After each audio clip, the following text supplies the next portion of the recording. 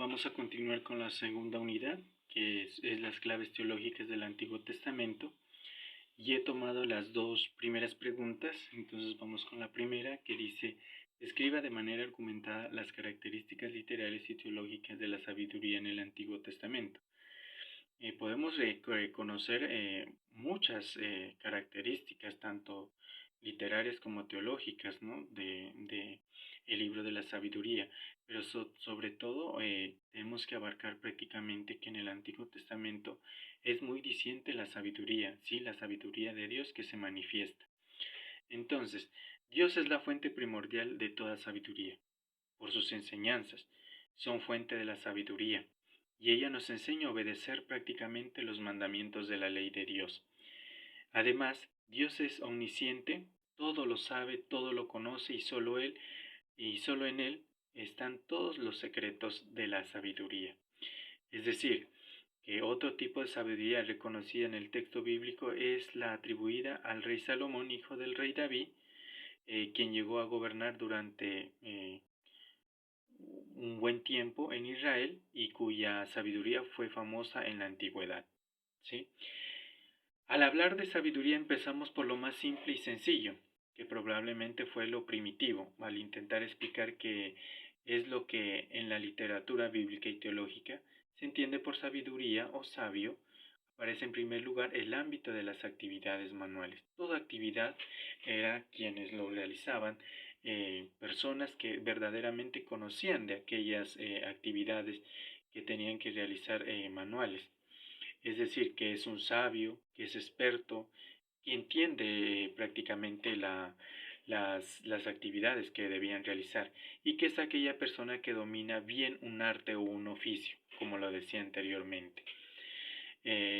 También que la sabiduría pues equivale a las habilidades, ¿no? y destrezas. Notémonos cómo el autor relaciona directamente todo esto con Dios, y que esta es una sabiduría artesanal, ¿sí?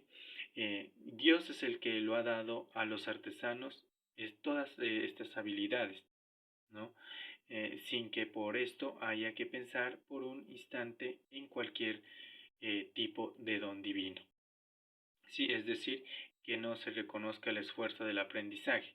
Aquí habría que probar una parte muy considerable de los escritos sapienciales, que tienen por objeto las observaciones en la agricultura, sobre todo en Proverbios, que se desarrolla mucho esta parte de la agricultura también, que es prácticamente una persona sabia que tiene conocimiento de esta misma actividad que desarrolla, ¿sí?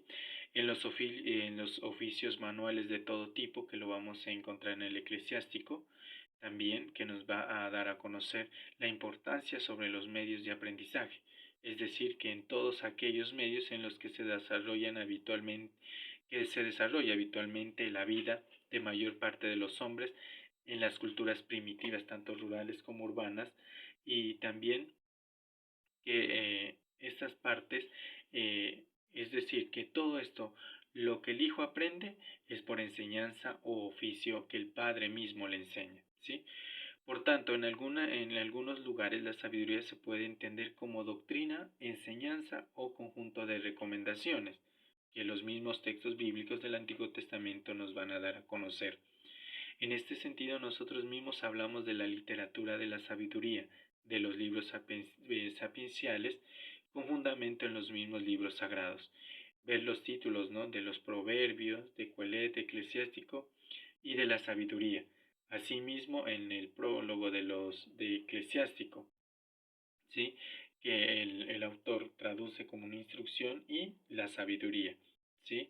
Entonces, que eso es lo más esencial, lo que vamos a encontrar.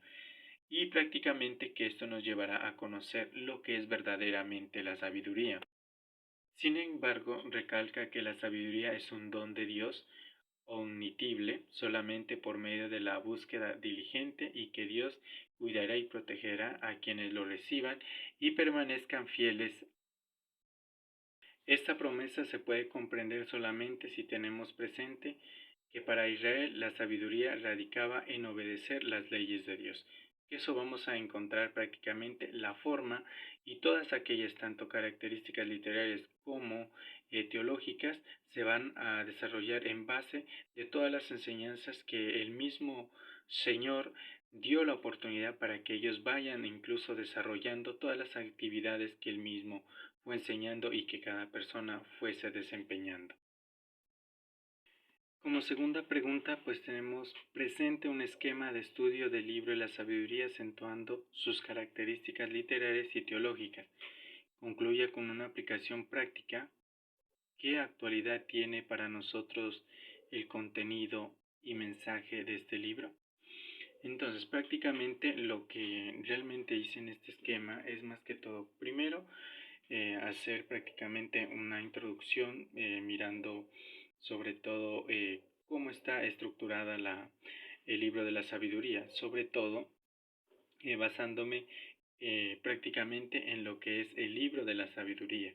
Sí, que prácticamente no es que digamos que este libro hable propiamente de lo que es la sabiduría, sino que nos va a hacer reflexionar sobre la vida del hombre, gobierno de los pueblos y algunas cosas sobre la sabiduría y la historia, sí, prácticamente. Pues el libro de la sabiduría es el primer esfuerzo importante para expresar la fe y la sabiduría de Israel en forma de pensar, de su pensar adaptadas a la cultura de Grecia. ¿Sí? El libro de la sabiduría es uno de los 7 deuterocanónicos. La Iglesia ha admitido siempre su canonicidad, pero no figuraba en el canon judío, porque fue escrito en griego y fuera de Palestina. ¿Sí?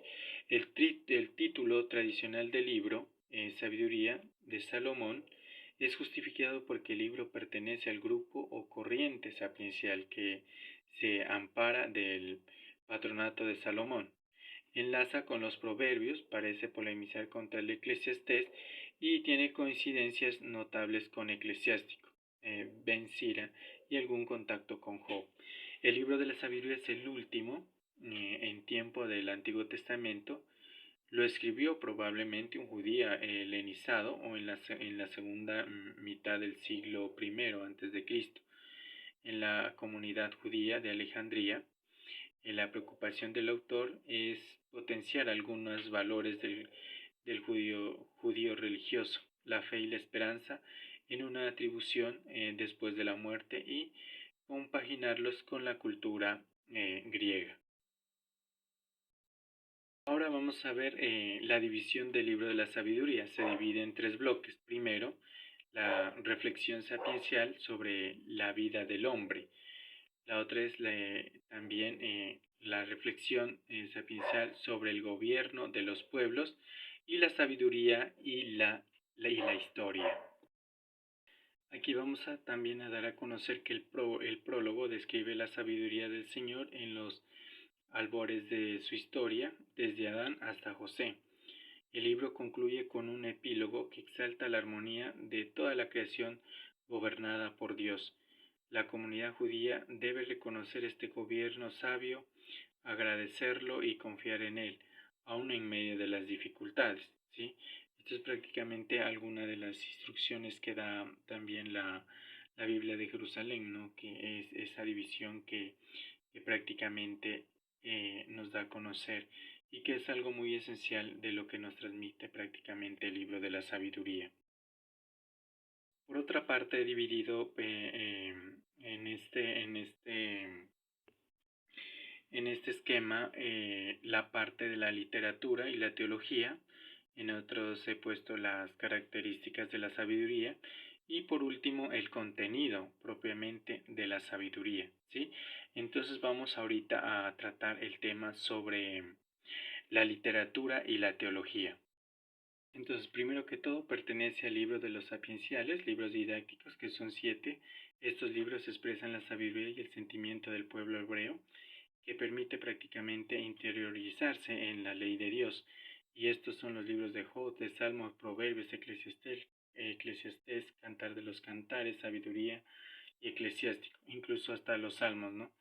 Los libros sapienciales, colecciones de sentencias, proverbios, alegorías y refranes que expresan de forma popular y razonada la experiencia de vida propia del sabio, el desarrollo de los géneros literarios que suponen incluido en los textos del Antiguo Testamento.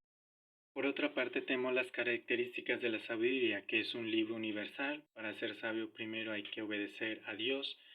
El Espíritu de Dios es quien nos instruye la sabiduría. La sabiduría es conocida por Dios, te guarda del mal camino. Es doblemente dichoso quien la obtiene. No solo conduce muchos años de vida, que muchos prácticamente, sino también vida eterna con Cristo, que es atributo de Dios y tiene mayor valor que las riquezas, ¿no? Entonces, y los contenidos de la sabiduría están prácticamente, que es un primero, que está en Sabiduría 1.5, suerte definitiva de los justos que siguen la verdadera sabiduría y de los impíos que la desprecian. Y segundo, que está en 6.9, exalta la excelencia de la sabiduría. Y como un tercer punto, tenemos que está en Sabiduría 10.19, canta la actuación de la sabiduría en la historia de su pueblo. Esta es la parte que nos recuerda prácticamente el Eclesiastés. Entonces, esto es prácticamente lo que es la sabiduría y cómo está prácticamente dividida y qué es lo que prácticamente nos muestra y de dónde viene esa sabiduría que Dios nos ha otorgado a cada uno de nosotros, propiamente a quienes cumplían la voluntad, ¿sí? La voluntad de Dios, que fue prácticamente llevar a cabo todas esas enseñanzas que recibieron de Dios, llevarlas de manera práctica a quienes más lo necesitaban. Entonces esto es uno de los fundamentos esenciales del libro de la sabiduría.